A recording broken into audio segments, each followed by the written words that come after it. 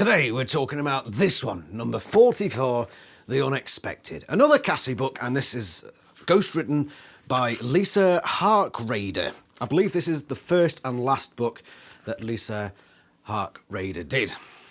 This book is notorious amongst the Animorphs community. And I didn't help the situation in that regard. I have ragged on this book time and time again, and my fault, and I shouldn't have done. Why? Because having read through this, I realised I haven't actually read this book before. So all these times in the past where I've said, oh, do you remember book 44? What a joke. I was going purely on its reputation. I've learnt a valuable lesson with this book, and that lesson is one that I probably should have learnt when I was 3, and I probably do. Don't judge a book by the cover, right? And funnily enough, yeah, it is a book, and it is a lesson that I have learnt long ago, but I just, for whatever reason, didn't apply such a lesson to this book.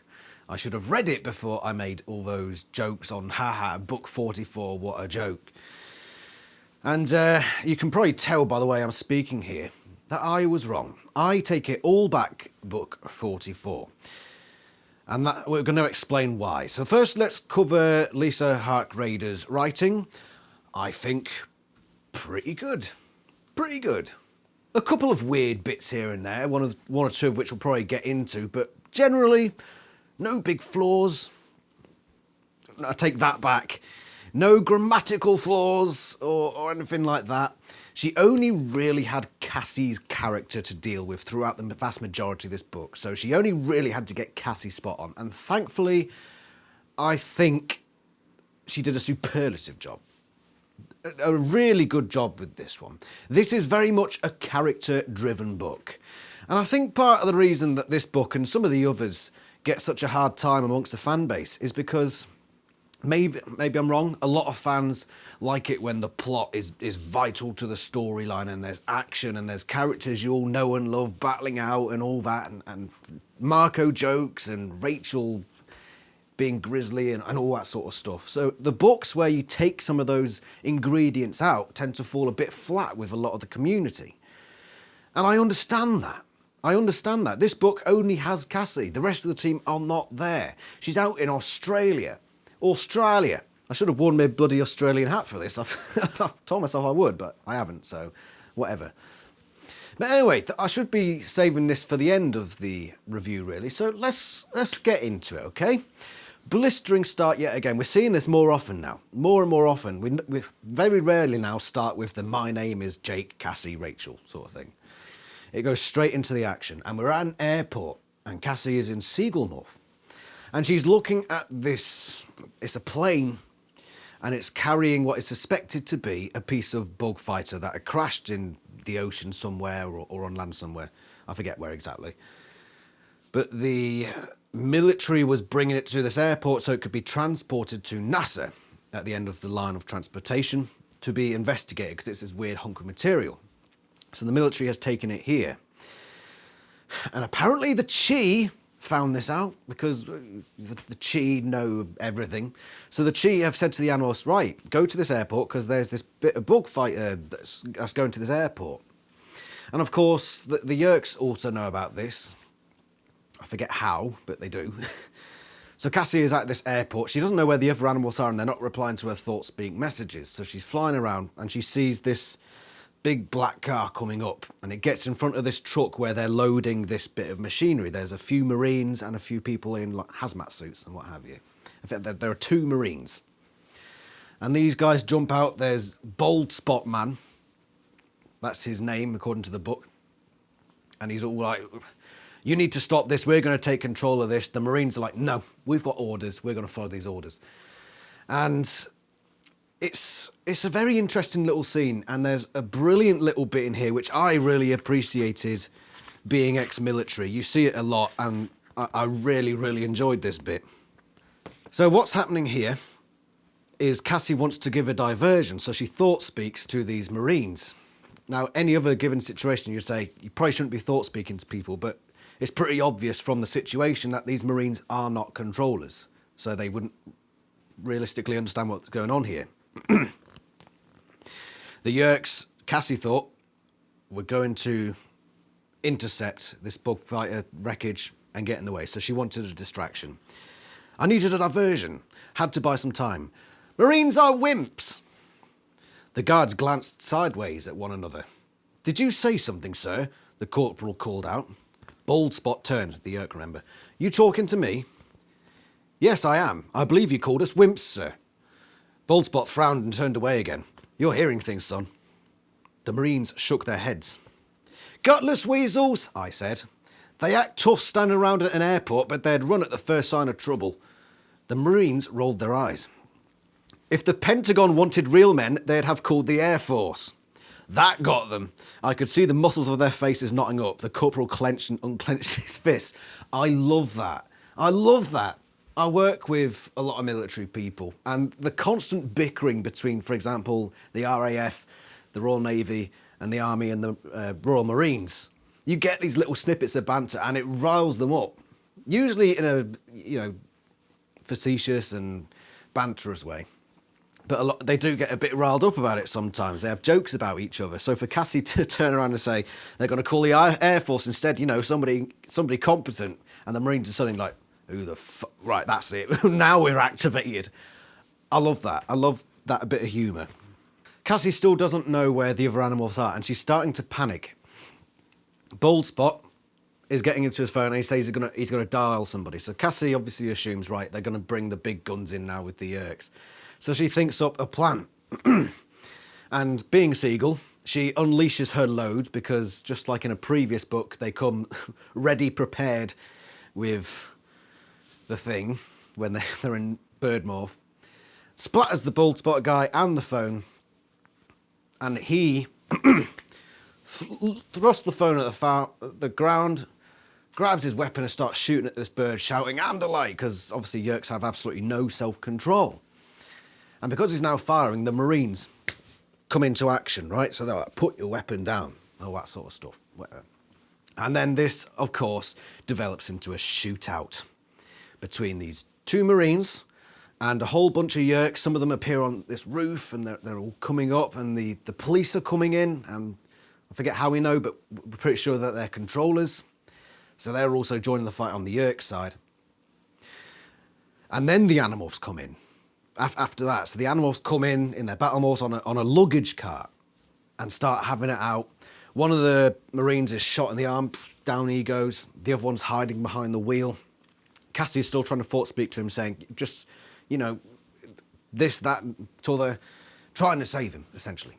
Jake pulls the Animorphs aside, where they're slightly hidden, and credit to Jake here, because, he aborts the mission. He says, right, mission aborted, we get out of here. This isn't worth it, we're going to get killed.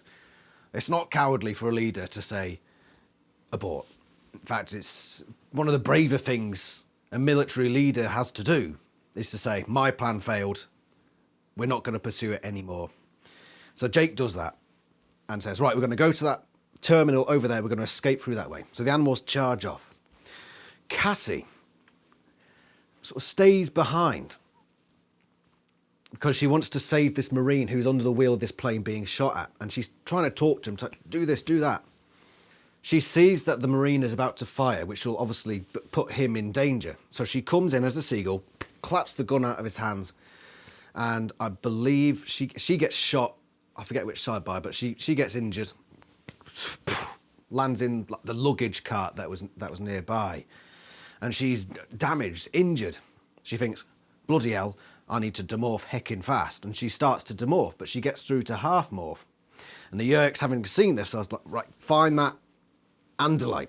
So they're coming in. So Cassie knows she's got very little time. She sort of stumbles out of this thing, and as a half Seagull, half human, gets into it and starts driving around. Of course, not very well, because she's half Seagull, half human. And the Yeerks give chase, of course. And they swerve around a few terminals here or there. Luggage flying everywhere, bish, bash, bosh. And then she gets to a plane with the stairs on it. The bloody stairs on... yeah. The one that Biden fell down. One of those. So she goes up that, goes into this airplane and thinks, right, what the bloody hell do I do here? She runs into the back, into the lavatory cabin, goes in there, locks the door, immediately starts to go back to human. Does that, the controllers are coming onto the plane, whacking everything. Where the bloody hell's the Andalite? Taking their bloody sweet time about it, I might add. And she thinks, right, what do I do? Right, morph fly. So she's most of the way to morphing fly, and the controllers notice the door's locked, start bang, bang, bang, shooting at the door, making these holes. And then they say, right, we're going to fill it with insecticide. This insecticide gas. They start doing that. Cassie flies out one of the bullet holes. They're trying to whack her, but it doesn't work. She escapes the airplane in Flying Wolf, but she's suffering because she's absolutely covered in this insecticide. So she stumbles down, makes her way, she starts to demorph. Does she do that bit yet? No, stumbles down onto a bit of luggage, essentially, on a conveyor belt, one of these terminal conveyor belts that takes everything around airports. And she gets sort of put under a golf bag, and she starts to half demorph. So she's half fly, half human, just like how she was half seagull, half human a little while before. And then she falls unconscious. First scene, done. First scene was very good on a number of levels. One, action-packed. Again, I liked the Marine banter, and just seeing Marines in this and the Animorphs sort of try to intercept was very good and something we don't really see too often, and I'd like to see more. Stakes were pretty high. Jake's decision to abort the mission was something we don't see very often, but it was also very fitting. And Cassie staying behind to warn the Marine is so in her character. And once again, just like in book 39, as much as I lament that book and all its problems, that was the major plus for that book, showing how Cassie always seems to be somewhat left behind, chasing after the others, not quite able to keep up. And she does it purposefully this time. She pulls herself back, tries to save this Marine, and lands herself in trouble. The half morph thing, so it's happened twice, and I believe it's for a reason. For the last few books, specifically 41 and 43, she's basically not been in the fight. So in book 41, she kills 4 Hawk Bajir, suspected 5, and she's absolutely wiped, just brain gone, not with it. Book 43, she pulls herself out of the mission. So this book, as I wanted, had to be largely revolving around this. Why the half morphs? Cassie is half in this fight. She's half her old self and half the weapon, essentially. And that's why it's doing it like this. She doesn't know if she's in or she's out. And I think the metaphor there works very well indeed. Good stuff, Lisa Harkrader. So now we jump to the next scene where Cassie wakes up and she's fully demorphed, which I find very strange. It's happened before, and I believe, forgive me if I'm wrong, I believe it was in the last Cassie book, book 39, once she splashed into the water as this whale. She was unconscious. I believe it was book 39, could be wrong. But she falls unconscious, but still manages to demorph. Cassie has this weird ability to be completely unconscious and still find a way to demorph, which is weird and strangely consistent. I don't know how, but this probably all comes into a big Cassie theory, because she is some sort of like time interloper. It's weird. I'm going to have a theory about Cassie someday, and there's another theory about Cassie that I want to explore sometime in the future regarding large portions of this book that we will cover in just a moment or two. But firstly, a couple more things on pages 36 and 37. Axe and Marco had found something interesting with their new Web Watch program. Information about a piece of alien spacecraft that had washed up on the beach a few hundred kilometres up the coast. A piece that sounded very much like part of a Yerk ship, a bug fighter. Okay, so most of the internet alien stuff is posted by paranoid nutcases. But like Marco said, you never know when a paranoid nutcase might be telling the truth. I mean, if I posted something about our little adventure at the airport, what would I sound like? Besides, Marco and Axe found this piece of information on a closed Defence Department site in an encrypted top-secret memo for the Joint Chiefs of Staff. It takes way more than a security clearance and a secret code to defeat Axe. This raised an important question for me, personally. That important question is, if they can do this, if they can hack into these massive Joint Chiefs of Staff, bloody encrypted sites, go into that and be untraced, Why haven't they left messages? Ask yourself that. So the Animorphs, would it benefit them if the military knew about the Yeerks?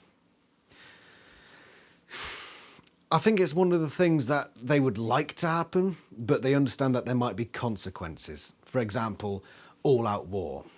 Okay? But couldn't they leave clues?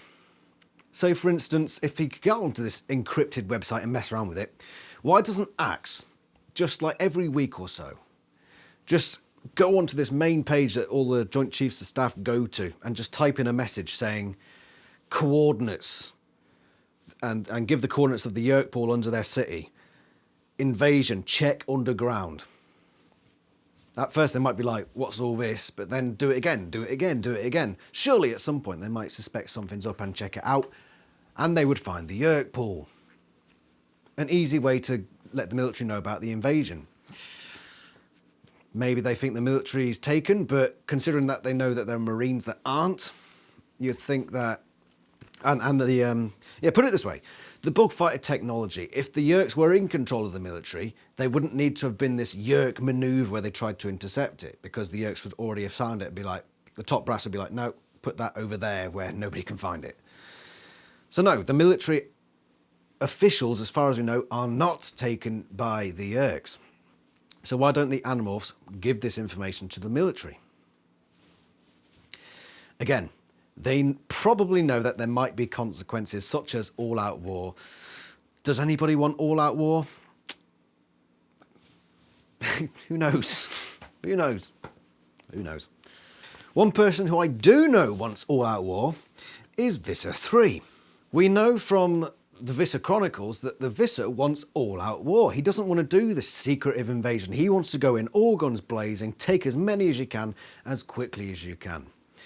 Probably wise, considering the Andalites' track record of how they defeat the Yeerks by gathering them all together and then blowing them up. The Visser's probably like, right, they'll probably do that again. Let's get in and out fast as we can so that they can't do it. But regardless, that's for another video. If the Visser wants an all-out war, why would he want to intercept this bug fighter piece? Think of it like this. If that bug fighter piece goes to NASA and the top military brass find out that this is an alien piece and they put all these puzzle pieces together and say, right, there's an alien invasion, they find out the Yeerks, there's a big blaze out and the secret invasion is over. That would give Visser 3 the excuse to go in, as he wanted, all guns blazing. So why does he intercept the bug fighter wreckage? Does he want to keep the invasion secret now? The only reason I would suspect that he would want to keep it secret is because he doesn't want the Council of 13 thinking that he sabotaged it.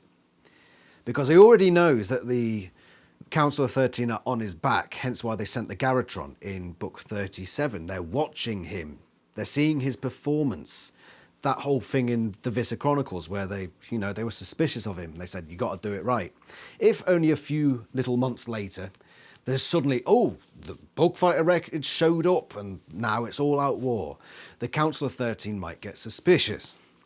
Maybe that's why Visser 3 wants to intercept this bug fighter wreckage. Because if it was purely up to him, surely he'd be like, yeah, humans, find it out. Discover our secret war. So we're going to take it full frontal. Again, theories. This book is full of them. So anyway, back to the scene at hand. Cassie is now fully demorphed and she's in a bunch of luggage and she's woken up and she's looking around, moving this luggage aside.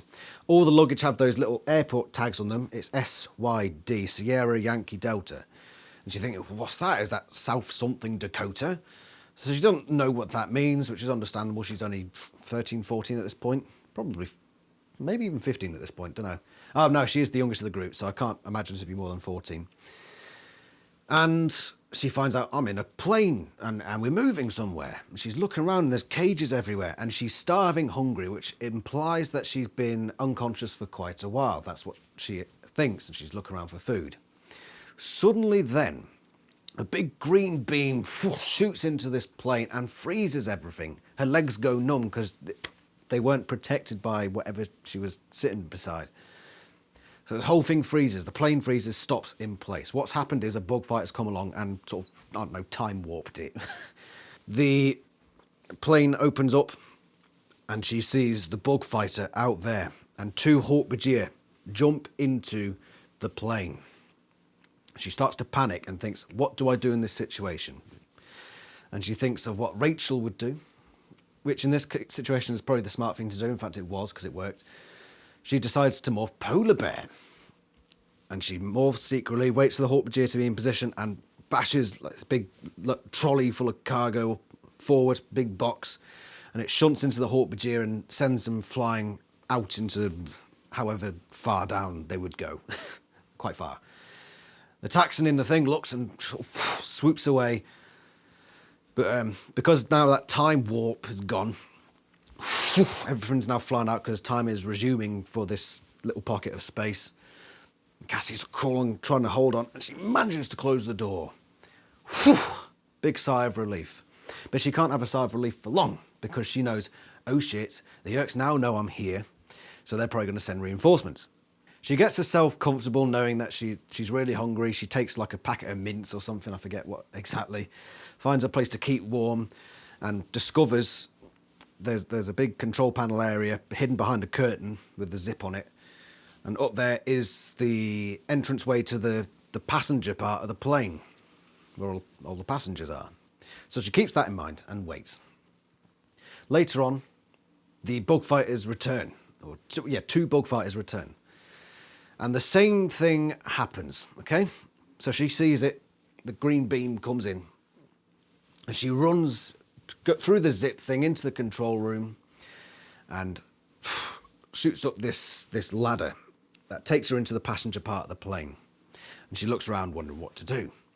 She thinks, all right, what I'm going to do is I'm going to pretend to be one of these people who are completely frozen in place. So she finds a space and does precisely that. 2 Hork-Bajir come up into the plane, 2 more Hork-Bajir, and a human controller who apparently looks like a PE teacher. Not sure why that's relevant. I don't think it is. I think it's just... You know, kids at school are supposed to be reading this. I think they probably put their own PE teacher in that role. Oh, it's Miss Fitzroy Gerald. Whatever. Anyway, so the Hork-Bajir are looking around trying to find this Andalite bandit. She thinks that she's gotten away with it when the Hork-Bajir pass and she's able to, you know, stay still enough to pass off as a frozen passenger. Hork-Bajir go away, but suddenly PE teacher comes back in and says, right, put your Dracon beams on low power and zap each of the passengers on here, just so that they would give her a reaction if they weren't actually frozen in time, as they know that the Andalite isn't, because they've sensed her movement. They know that she's not frozen in time. So the Hork-Bajir are going down these rows, just low-level Draconing all these people to get a reaction out of them. And one of the Hork-Bajir leans over Cassie to go for one of the passengers on the window side. She's on the alley side. And what she does then is she lifts her arm and sort of pushes, I don't know how effective she would have been at pushing a Hork-Bajir, maybe puts him off balance, but grabs onto his back and starts the acquiring trance, so the Hork-Bajir just sort of like, ugh, like that sort of thing. And then the other Hork-Bajir notices what's going on, and he shoots. And this other Hork-Bajir, obviously, because they're freaking stormtroopers and they can't shoot for shit, gets killed, okay? Cassie reaches down to this Dracon beam that the first Hork-Bajir had dropped when she put him into the acquiring trance, grabs it, turns around just as this second Hork-Bajir is coming up, running up, shoots, and he gets dissolved as well by a full power Dracon beam. And she looks at it in shock, thinking, how the bloody hell did the setting go up? And she concludes that when it hit the floor, the setting bounced up, because obviously these Yeerk weapons aren't very user-friendly. Crap design, I think you'll find. She then has a standoff with the PE teacher Yeerk at the front, and she says something about, wouldn't Visser 3 want me alive, so you can't shoot me now. Puts off the PE teacher long enough for Cassie to make this quick decision to open the hatch and throw herself out of the plane, out through the door, and flies down. Now, one of the weirder parts of this book, and one of the times that I thought Lisa Hart-Grader messed up a bit, is on page 65 when this is all happening. Sorry, correction, page 68. 2 bug fighters hovered on either side of the plane, their pressurising beams trained directly on the fuselage. I dived straight down between them. That's weird, isn't it? Because Cassie's jumping from the plane. Hold on a minute. There's the plane. There are the 2 bug fighters. Cassie has jumped from the plane and she would go down. Well, sort of sideways and down. And she says she turned to dive between the bug fighters. So she would have been up above them, but she couldn't have been because she was in the centre in the plane and she would have gone down. That's just, yeah, that struck me as a bit weird. Very nitpicky though, very nitpicky, so I don't mind that much. She's flying through the air. She's still got hold of this Dracon beam that she took from one of the Hawk-Bajir. Got it to her chest, and she notices that one of the bug fighters flying down towards her. There's a Taxxon pilot in this bug fighter zooming down after her. So she thinks, right, the only way I can get out of this situation without being seen going from human to bird, turn around, bang. Much better shot than the probably highly trained Hawk-Bajir foot soldiers. Dead accurate shot right through the visor. Hits the Taxxon. Thing spirals out of control and blows up. Okay, so she's dealt with that one. The other bug fighter, of course, is trailing a bit behind because it was behind the other side of the plane, trailing a bit behind. But it gives Cassie enough time to turn to Osprey. And just before she hits the ground, she swooshes up and starts flying. By this point, the other bug fighter comes in. Bang, bang, bang. Oh, zoo, zoo, zoo. How do you think the Dracon, the fire sounds, by the way? Is it or is it doo, doo? Or is it sort of like doo? Something like that, whatever. Completely irrelevant.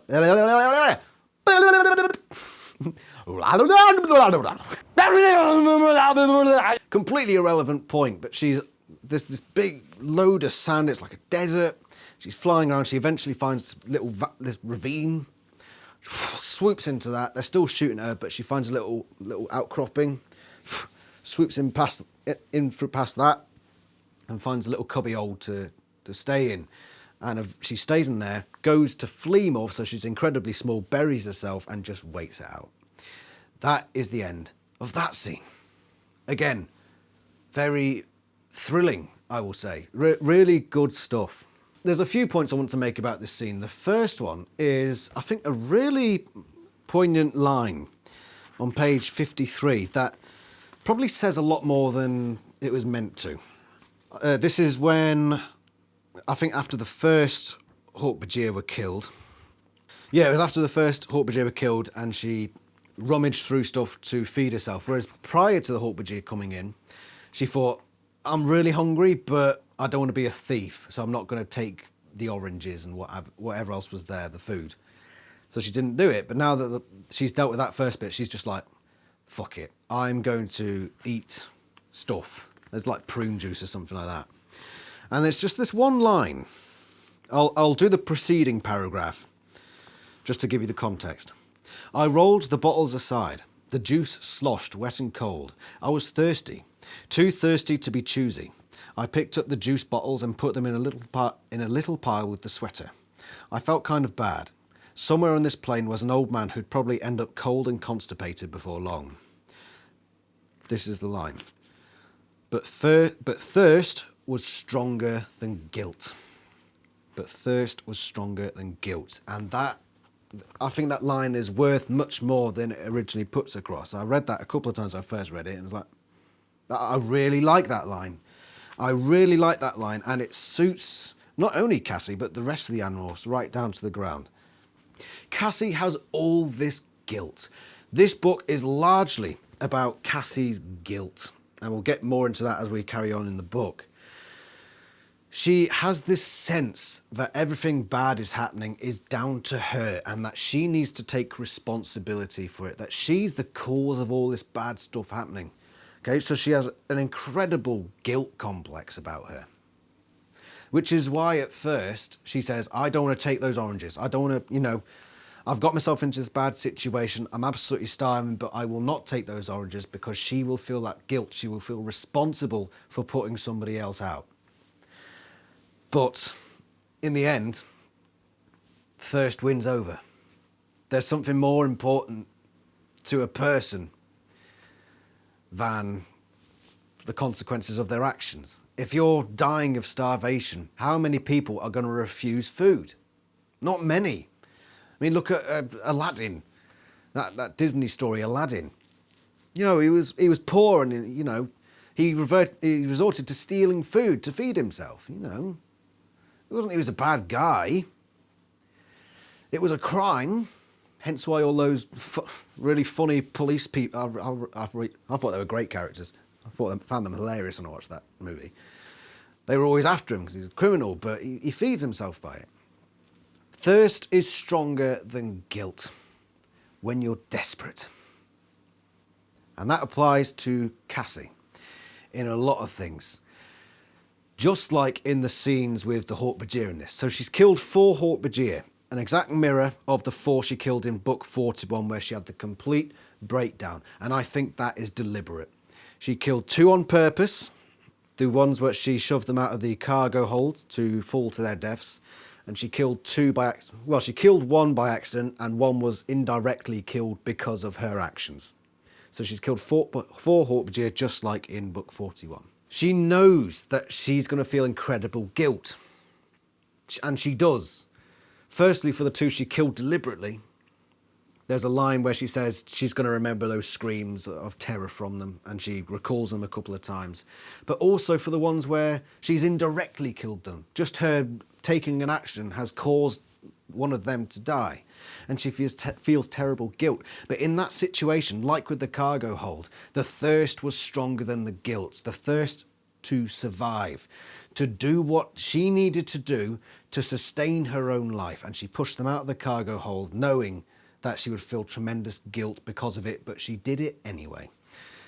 That is summed up by that little line there, and I thought it was very well placed and very well put. One more little inconsistency that I've got to point out here is that when the Hork-Bajir in the passenger part of the plane were coming down and shooting the passengers, that their weapons were set to the low setting, so it would do very little more than stun them, really. So they were doing that. And Cassie acquires this Hork-Bajir, who sort of bolts up, and the other Hork-Bajir is turned around, fired. And it was on full power, because this Hork-Bajir just dissolves into nothing. So the Dracon beam must have been set to full power by the Hork-Bajir that shot. Why?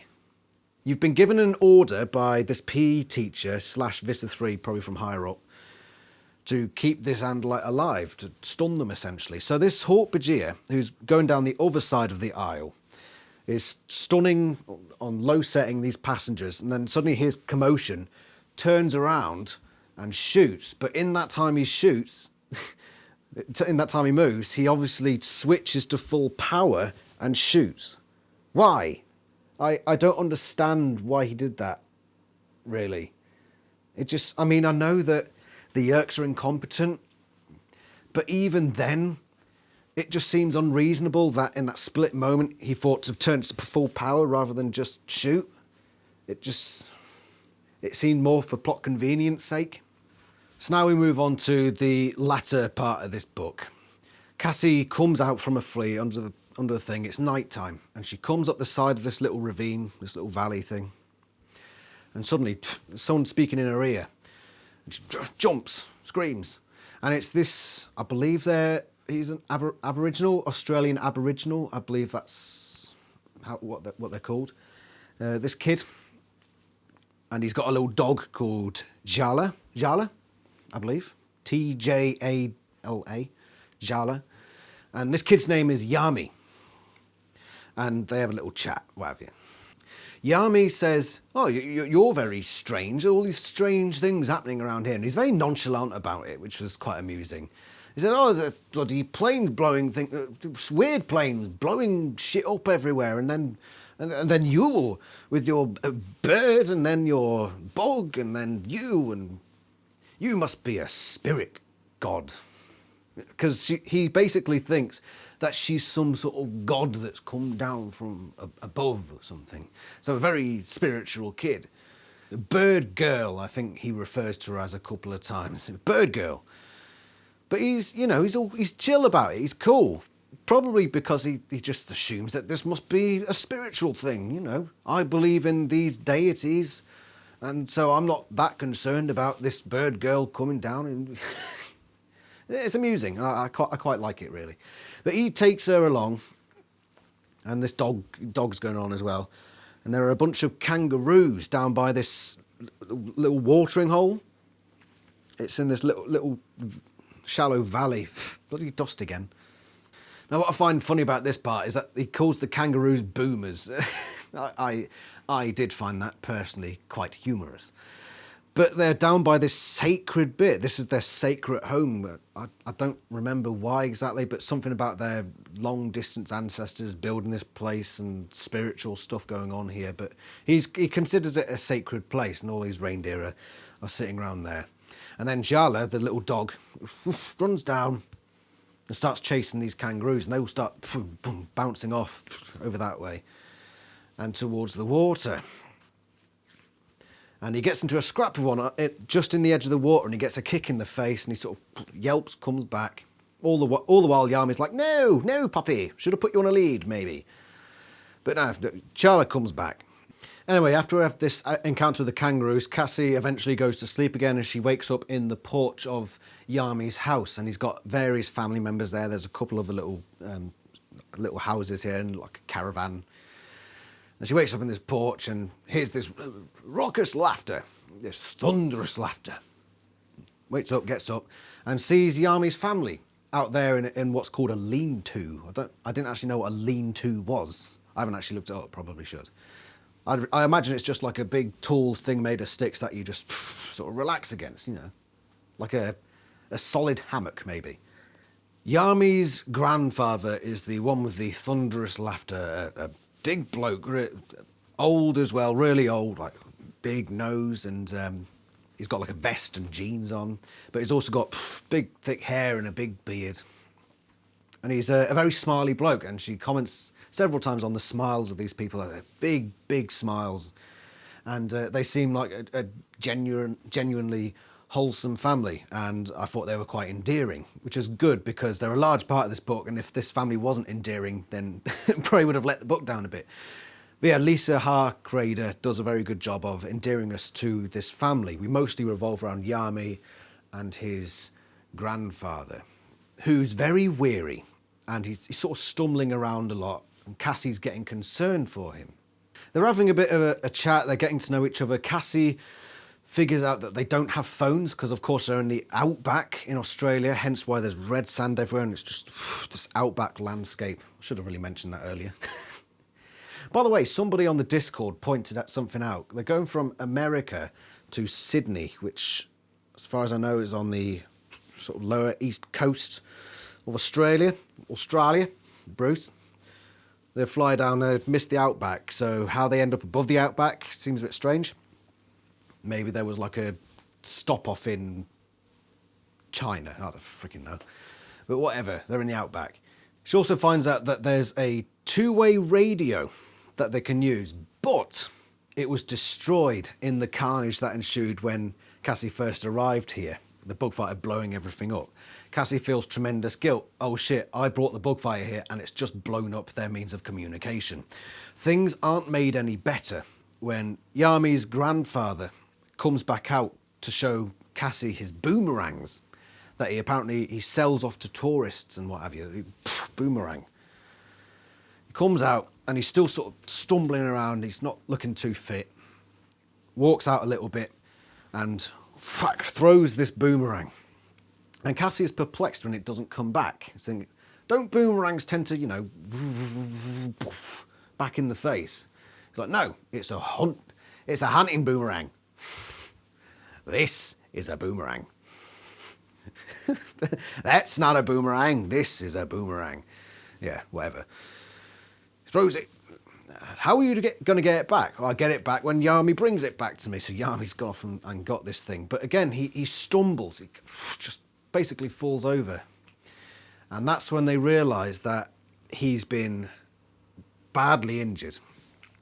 Cassie pulls up his jean leg, and there's just this massive, awful gouge in his leg that's become infective, and it's spewing pus, and there's bits flying everywhere, and flies, and fucking God knows what else. I'm exaggerating a bit. But it's like, this is bad. We need a medical kit. We need to contact the ambulance. But of course, the radios are down because of the bug fighter that came after me. And of course, this is all coming into Cassie's guilt. Guilt, guilt, guilt. That's what this book's all about. Why it's called The Unexpected, when it could have been called something much better, like The Guilt. The Spirits would have been a good one as well, and we'll get into that. Yeah, it's another one of those titles that just doesn't seem to fit. I mean, I get it. The book in itself is sort of it's an unexpected turn of events, but it's a very vague title for what it is. There's so many other better options it could have been. But hey-ho, that's for another video. They take Yami's grandfather inside, and this leg is just getting worse and worse. And Cassie says to Yami, oh, by the way, I forgot to mention, I should have mentioned, when they were visiting the kangaroos on that first night, they found one stuck in a fence. This female stuck in a fence. So Cassie went up to it to pull it out, but whilst doing that, she acquired the kangaroo to bring it into a quiet trance so she can get it out and let it go. So she's got a kangaroo morph. And Yami, at some point during everything, says, the only way you're getting around here is by a kangaroo.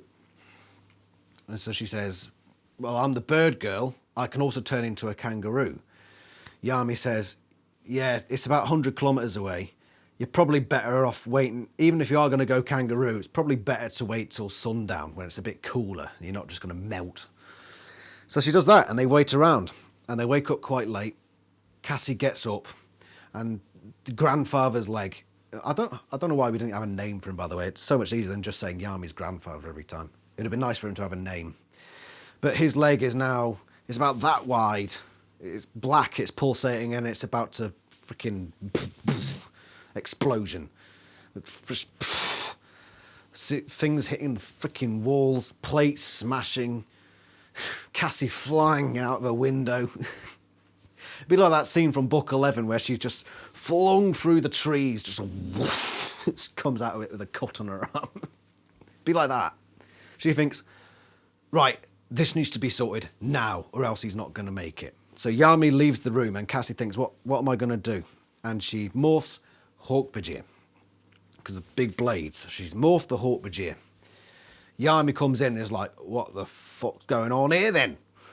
She says, it's all right, mate, I'm a doctor. I've done brain surgery on aliens before. don't mind this. Just trust me, okay? And he does, because, again, he believes her to be some sort of spiritual thing. So Cassie, whack, off goes the leg, tourniquet, and says, right, next. Already the grandfather's starting to look better. He's starting to become a bit more alert. But what happens then is suddenly the Yerks turn up. Great timing, Visser 3. It is Visser 3. He's got his blade ship out there. And he gives the Andalite bandit, Cassie, a warning. 3 minutes for you to come out or we level this place. Okay. Cassie is in despair mode again because she knows that the whole family is now in danger because of her bringing the Yerks there, playing into Cassie's guilt again, thinking this is all my fault. Why have I done this? This wouldn't have happened if I wasn't here. They see Taxons and Hawkbajir coming out of the blade ship and sort of surrounding the place. And then Yami's grandfather, we'll just call him Kevin. Kevin grabs her and just says to her, you fight these monsters, don't you? And she said, yeah, I do. And she says, they would come no matter what. They were always going to be here. You must fight that evil because if it weren't for you, they would already be here. And this is the big motivational thing for Cassie. And it seemed a bit too easy when I was reading that. I think it could have been done in a much less on-the-nose way. But I mean, it gets the message across, doesn't it? So, yeah, Cassie's guilt. You can feel guilty all you want, but, you know, you've made mistakes.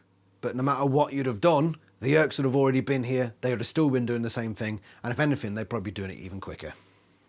And that's enough of a motivation for Cassie to carry on. She morphs kangaroo and she bolts it out of this house thinking, right, I've just got to take the Yeerks as far away from the family as possible. I do not want the family being in harm's way. So she runs through, things like Dracon beams firing around her. She's kicking Taxons on her way past, kablamo, whammo. And then she goes down into the little gully, little bit where the rest of the kangaroos are, and they're all there. And they start having fights with the Taxons and Hawkbajir. The Hawkbajir stop at the water because they know that they can't really go in any further. Taxons go in, and then there are kangaroos having fights with Taxons underwater, Cassie being one of them. She manages to get rid of this Taxon, comes up out of the water. There's a Hawkbajir there, but this hunting boomerang comes up and basically slices through the neck of this Hawkbajir, taking him out of the fight. And the Aussies, they're all up there on the hill cheering like, "Way, we won." Well, they didn't quite do that yet. What happens next is the worst part of the book. It took us a while to actually get to the worst part. Before, at some point earlier on, a plane passed by. And Cassie was like, save me, I'm trapped here. But it was just like a little tourist plane flying over and going off in some other direction. And that's all we saw of that. Now, as this big fight's going on, there are two of these tourist planes coming in from the distance. And that's when Vista 3 says, right, abandon mission, we're fucked. Can't let these tourist planes see what's going on. Abort. Get those bodies, freaking haul ass out of here. Who cares about the Andalite bandit? We can't ruin these tourists' day. Come on, let's go. Bloody hell. Why is this the worst part of the book? I'll tell you why. Because these tourist planes are in the middle of nowhere. Okay? It would be so easy for Vista 3 to just say, right, blow them up. Carry on. Let's get in that Andalite bandit. Blow them up. Not even a side fort. Why is Vista 3 now concerned about the safety of tourists in the middle of nowhere? No, he wouldn't be. This is more than somewhat out of character for Vista 3. He wouldn't give a shit. The only reason he doesn't do it in the city is because there's loads of eyes watching. He can't just get rid of them all. Two tourist planes in the middle of nowhere where there's basically nobody else. You know, he'd just go bang, gone. I don't give a shit about them. Christ, he wipes out his own host for fucking breathing. Having slightly less than minty breath. You're gone. Fuck you. No concern for you. But those tourists, they just want to have a night. They just want to see the locals. They want to do a flyover. There's cotton candy at the other side of this trip. We can't deny them that. No. Let them on their way. We shall come for the Andalite bandits later. No. Vista 3 wouldn't. No. Stupid way to end the book. Stupid. So yeah, fuck the Andalite bandit. He just blasts all the remnants of the fight and goes away. Gone. Just like that. And everyone's saved and the Australians are cheering away. We won somehow. Fucking who knows why. We just won. Let's cheer anyway. And then something even weirder happens. You remember Lords from book 27, the Chi Lords? She turns up. Cassie just sort of looks up. Oh, hey, Lords, how'd you find me here? Fucking hell, mate. Small world. But no, Lords just says, I stowed away on the blade ship and I'm here to rescue you. I have questions. Firstly, how did Lords get Cassie back home? So she stowed away on the blade ship to come out here. And she's now in front of Cassie. Blade ship's gone. How are you going to get Cassie back? Beats me. Did they just like walk to the airport together and just, I don't know.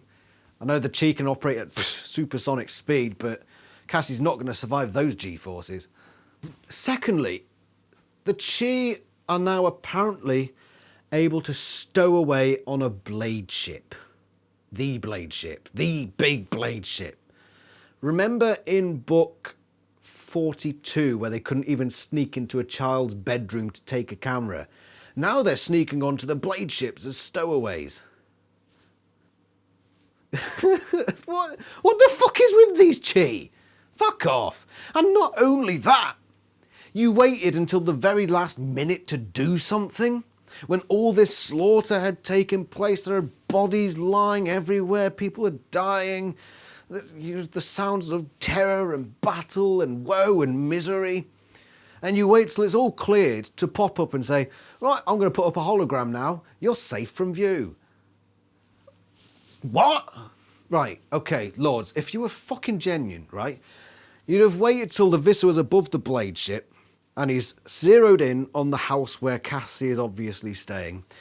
You would jump out of the blade ship, probably with the Hork-Bajir in disguise, with your supersonic speed, zoom to the house, run into the building, find Cassie, say, right, I'm the Chi, I'm going to make a hologram, come in under it, and we're getting us out of here.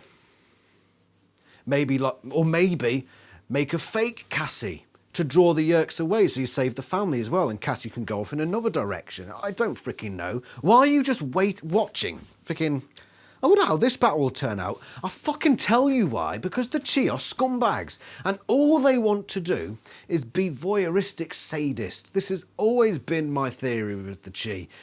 They don't give a shit who wins. They just want to see a fight. Why do they want to see a fight? Because they can't do fights themselves. They're programmed to be non-violent. They're pissed, so they make everyone else fight for them. It explains everything, doesn't it? Why they're always sending the Animorphs into these weird places where it just so happens Visser 3 has its entire fucking army. Like several times. And it's happened again. Just watching from the blade ship thinking, do I intervene?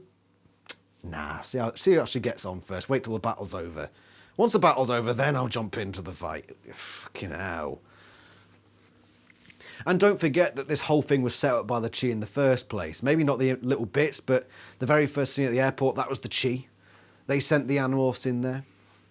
How did they know to get on the blade ship? How did Lords know to get on the blade ship?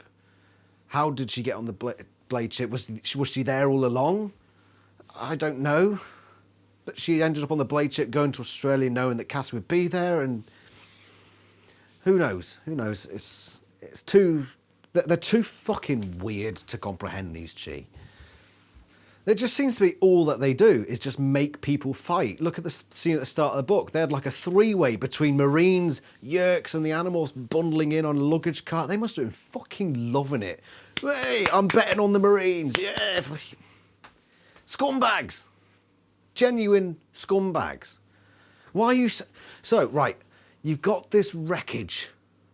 Bugfighter wreckage. And you're going to send the Animorphs in. Why don't you go in? Why the fuck don't you go into these things, Chi? Why don't you do the frickin' dirty work? Oh, non-violence. It doesn't mean you have to fucking do violence, does it? Not everything requires violence. Okay? Put a hologram around this big frickin' transporter where they're putting this bugfighter stuff in. So that the Marines within the hologram are unaware. And then put another hologram of the truck driving away over there. So the Yeerks start chasing that and then get lost, but it gives enough time for the Marines to go do their thing. Easy for the Chi. Easy. And don't tell me otherwise. They can do that shit. They've got the power. Why don't they? Why? Because they just want to see a scrap. And that's all they've ever done. Every single time. And they got just what they wanted here, didn't they? Scumbags. So yeah, Lords magically gets Cassie home. And she meets up with the other Animorphs at the gardens. And there's a nice little bit of talk here or there.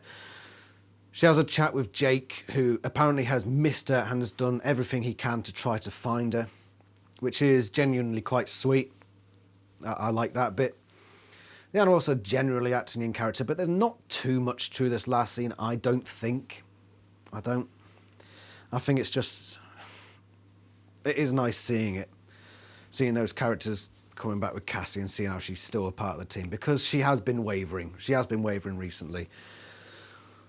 Let's discuss some of the more subtle stuff, shall we? I know this has gone on for a while, but there's a lot in this book.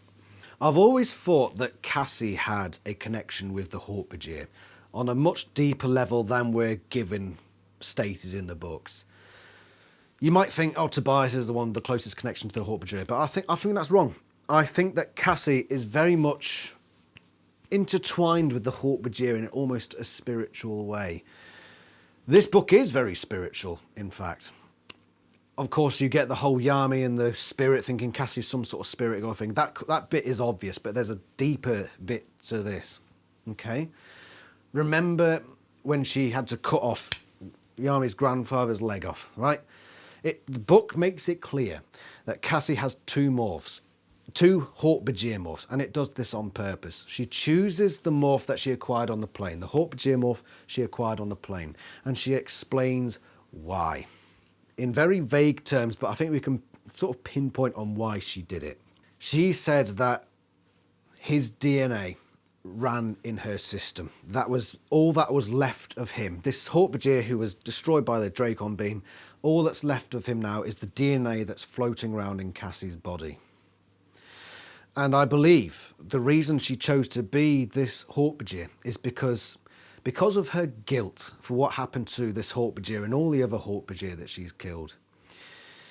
She wants to, in a way, make it up to that Hawk-Bajir by allowing their, for want of a better word, soul to do something good, to do something positive after a life of abject slavery, essentially. So she deliberately chooses this Hawk-Bajir morph, saying, all that's left this Hawk-Bajir now will help me to save this person's life. And it makes it seem to me that Cassie has this very spiritual view about this whole thing, that she's got this spirit of the Hawk-Bajir in her now, and it's almost a redemption thing for the spirit, or just a positive thing for the spirit to achieve. Cassie does come across in this book, and previously as well, as a very spiritual person. That's reflected in Yami. And I think it's very interesting. But I think it goes even deeper than that, and it goes back to previous books, because Cassie, most of the times when she comes out of the group, you remember book 19, why did she leave the group for that brief period? Because it was after she killed a Hawk-Bajir. She killed a Hawk-Bajir and had these visions about this Hawk-Bajir and how he had suffered and how she had just ended it all for this Hawk-Bajir. And that's when she quit the group. Back in book 41, where she had a mental breakdown, she thought she'd killed 4 Hawk-Bajir. This book, she kills 4 more. And the way she deals with it this time is that little bit different. And you'll notice as well that Cassie's always had this thing of not morphing sentient beings, okay? Now she's flipped all of that on its head in this book. I won't morph sentient beings. I can't deal with, killing these creatures because it gives them no hope. She's now flipped that, and she deliberately morphs a sentient being, this Hawk-Bajir, to do this job as a way to give it the soul a sort of positive send-off. It all comes down to her overriding her guilt. The thirst overcomes the guilt. It's very much like the make lemonade out of lemons thing. She's got these lemons, this shit. The lemons, of course, aren't shit, but using the hypothetical. Using the analogy. She's got this, and before all this, she had these lemons, and she said, I can't do anything with that, can't do it. Now she's turned that corner of, you make what you do with what you've got. You do the best that you can with what you've got. You accept what's happened, but you move on past it and still strive to do the right thing. Okay, so previously, I won't morph sentient beings, I won't touch that, no, I won't. Of course, when Demon Cassie comes along, we shouldn't morph sentient beings. Yeah, she's turned this corner now where she realises, I can take the guilt, but I can turn all this into something positive, because in the end, I am not responsible for everything that goes on. I am not. So all I can do, instead of just reserving myself and sheltering myself in this guilt, make something good out of it. There she is, fiancé. But there's another level to this as well regarding the Hawk-Bajir. Several times in this book and previously, she describes the Hawk-Bajir in certain ways. She calls them gentle, nature-loving, simple, trusting, innocent. Right, so you've got 6 main descriptions there, okay? They can all apply to Cassie. All of those things can apply to Cassie, okay? The simple one, of course, you might think on the surface level that means, not very intelligent, not very bright. But simple in this context, I believe means unambitious, to put it in a less polite way. You're happy with the role that you fill. You've got no ambition to come outside of that. You're just going, you know what you're doing, and you're just going to do that with no fuss about ending up anywhere else. That's what simple means. All these things apply to Cassie before the Yeerks. All these things. Gentle, nature-loving, simple, trusting. Those all apply to pre-war Cassie and free Hork-Bajir. Why is it always when she kills Hork-Bajir that she has these breakdowns? My theory for this is because she sees her old self in the Hork-Bajir. She sees them as her past self, and so in a way, this new Cassie, this war Cassie, is killing her old self, is dismantling her old self, taking it away and getting rid of it, destroying it. I believe that's why she's so affected when she kills Hork-Bajir, and I think that's part of her big connection to the Hork-Bajir, why she ends up doing what she does at the end of the series, for those of you who know what happens there, and yeah, why she's like the Aldria thing in book 34, why Aldria selected Cassie. She seems to have this little connection with the Hork-Bajir that the other animals don't seem to possess, not even Tobias. It's poetic. It flows really well. And again, regarding the part where she uses the dead Hork-Bajir's body to cut off the guy's leg, it's like she's combining her new self with her old self, using previous peaceful, nice Cassie, combining it with this war Cassie that knows how to turn off that stuff and getting the job done by taking advantage of both sides of that coin. A wordy way of putting it, but it works in my head, and I'm hoping I get the message across to you. It's quite deep, okay? And I will be going into theory videos later on, going more in depth with this sort of stuff, but that's my idea. And I think this book tackles it in such a subtle but decisive way. So anyway, I believe I'm only scratching the surface of this book, honestly. I keep thinking there's more that I need to say, but I think this is a good point to end this video. It's gone long enough. Let's do the scores, shall we? Jake was barely in it. I know he had that good bit at the start, but I don't think it's enough to justify him getting an actual score, so there's no Jake score for this one. The book itself, right. As I mentioned at the start of the video, it's got a bad reputation amongst the community. And I think I've given my reasons for why. It is nowhere near as bad as its reputation suggests. Yeah, it's definitely out there, as in, it's a complete diversion from the main story. And the stuff that happens here doesn't directly affect the plot. But I think this is a very good character book for Cassie. And we needed a good character book for Cassie after books like 38, 41 and 43. Book 39 was a write-off. We needed a good Cassie book just to establish where her character is amongst all of this. And I think it did that very well. It took all her guilt and it turned it on its head. And it gave her that reason to move on ahead as we approach the end of the series. It's keeping her in the fold. How long that lasts, we'll find out. Some might say that it's very similar to book 19, where she previously exited the group. I know she didn't technically exit the group here, but similar sorts of things happen. But I think the conclusions reached are different. I think this was more about giving Cassie that belief that evil will happen and she can't just duck her way out of it. Whereas book 19 was more, you can find good amongst bad. You know, the Yeerks with the whole peace movement thing. You can find hope. You can change people. You can bridge those gaps. I think they're two completely different messages delivered in a roughly similar way. The big problem with this book, I think there's two things. Yeah, the Yami family was pretty endearing, and there were a couple of good scenes, but there was no real standout point in this book. No standout scene in particular. Yeah, the messages and the subtle stuff was good, but yeah, it just, like book 43, the last book I reviewed, it was exciting. I couldn't put the book down. This book, a couple of times I thought, that's enough for me now. I think I'll just, come back to it later. It wasn't quite as engaging, and I can't really explain why. There's a lot of good stuff in here, so it just seems a bit strange. But yeah, it's not quite as engaging. And the ending, the whole Visifree won't shoot down tourist planes and he just legs it. Yeah, that wasn't a very good ending. It felt like they got to the ending. Lisa got to the ending and thought, how do I finish this? Cheap ending, go. That lets it down. I'm going to give this book an 8 out of 10. Probably a high 8, because I really like the messaging in here. But it's a surprising score. And yeah, I take all my judgment of this book back from before I actually read it. I'll take it back. I shouldn't have judged this book before I gave it a proper go.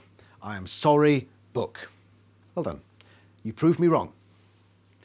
And I'm hoping it proves other people wrong as well. Give this book a try.